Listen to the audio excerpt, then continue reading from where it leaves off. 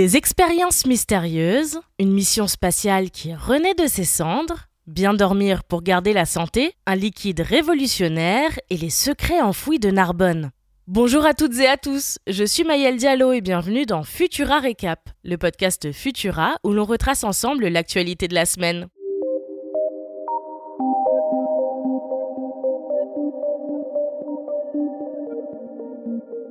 Le 2 avril dernier, à l'abri des regards, la baie de San Francisco a été le théâtre d'une expérience controversée. Je vous rassure, on est loin d'un complot pour détruire la planète. C'est même plutôt le contraire.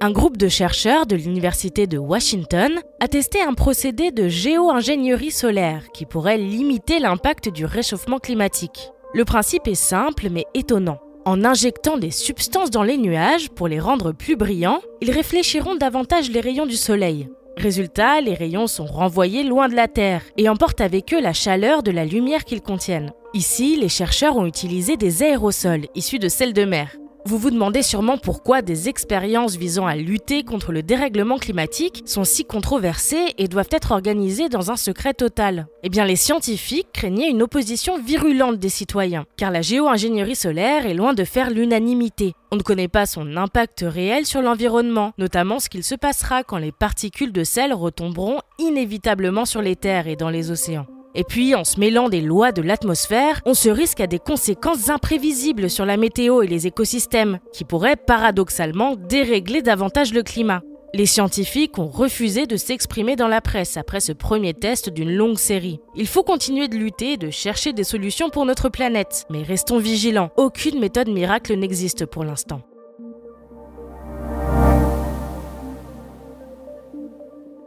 La question de la vie sur Mars traverse les siècles et passionne autant les astronomes que le grand public. Malheureusement, l'ambitieux projet ExoMars, qui promettait d'apporter de nouveaux éléments de réponse, s'est heurté à beaucoup d'obstacles, avant de définitivement finir au placard, après l'arrêt de la coopération avec la Russie en 2022, à cause de l'invasion de l'Ukraine. Mais voilà un nouveau coup de théâtre. L'ESA et Thales Alenia Space viennent de signer un accord pour redynamiser le rover Rosalind Franklin et pallier le retrait des instruments scientifiques russes qui devaient l'aider dans sa mission. La NASA endossera également un rôle plus important, en prenant en charge certains aspects techniques, mais aussi le lancement du rover. Si tout se déroule comme prévu, Rosalind Franklin devrait quitter la Terre en 2028 et se poser sur la vaste plaine martienne Oxyaplanum 2 ans plus tard. ExoMars n'a donc pas dit son dernier mot et on a hâte de voir ce que cette mission nous réserve.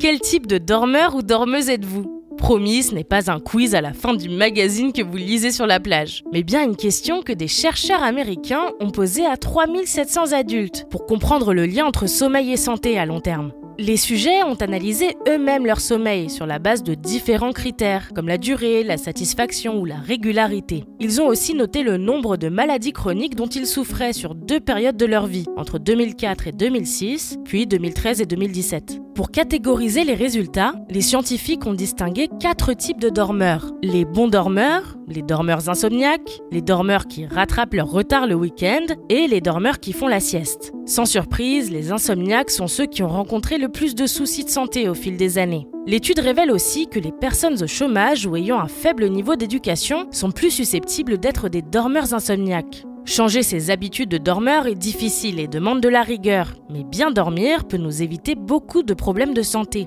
Les chercheurs demandent donc une plus grande sensibilisation aux avantages d'un sommeil de qualité et aux bonnes pratiques à adopter avant le coucher.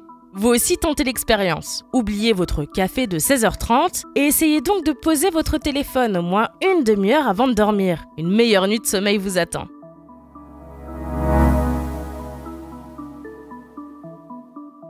Imaginez un liquide capable de changer sa texture, sa manière d'interagir avec la lumière et même de transitionner de newtonien à non-newtonien. Et tout ça sur commande. Ce serait fou, non ?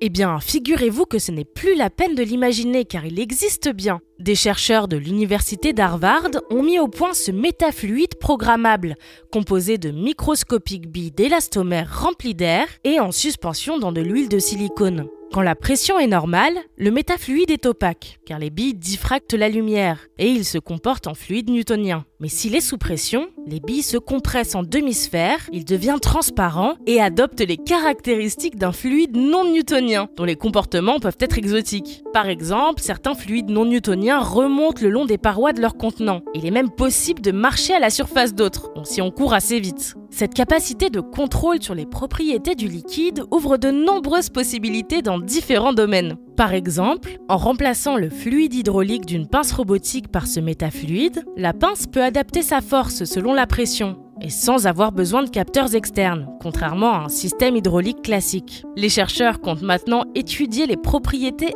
acoustiques et thermodynamiques de ce nouveau liquide aux capacités prometteuses.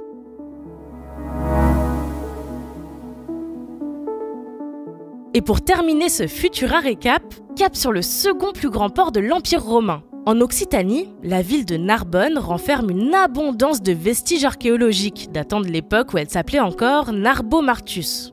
Depuis août dernier, le centre historique de la ville fait l'objet d'une grande campagne de fouilles, et les archéologues ont récemment dévoilé quelques-unes de leurs trouvailles. Les fouilles se concentrent sur un quartier entier de 3000 mètres carrés. Et surprise, elles ont permis la découverte de la base d'un mur d'enceinte et de ce qui semble être une tour. Jusqu'ici, les historiens pensaient que Narbonne avait été une cité sans fortification. Mais ces trouvailles changent tout et donnent de nouvelles informations sur le rayonnement de la ville à l'Antiquité. D'après les archéologues, une première phase de construction dans le quartier aurait commencé au 1er siècle. Et il n'aurait cessé d'évoluer tout au long de l'apogée de l'Empire romain. Des traces d'entrepôts de stockage de marchandises, de bâtiments dédiés à des activités commerciales et même des bureaux ont été trouvés dans ce quartier, dédiés non seulement à la circulation des marchandises, mais aussi au commerce. Narbonne aurait donc été une cité commerciale prospère, ce qui va de pair avec l'activité de son grand port antique. Après avoir été une colonie romaine, la ville se retrouve sous contrôle wisigoth dès le IVe siècle, avant d'être occupée par les Omeyyades au 8e. Cette histoire, pleine de rebondissements, en fait un site de fouilles passionnant et qui n'a pas encore dévoilé tous ses secrets. Pour découvrir des images du chantier de fouilles et retrouver le reste de nos actualités, rendez-vous sur Futura.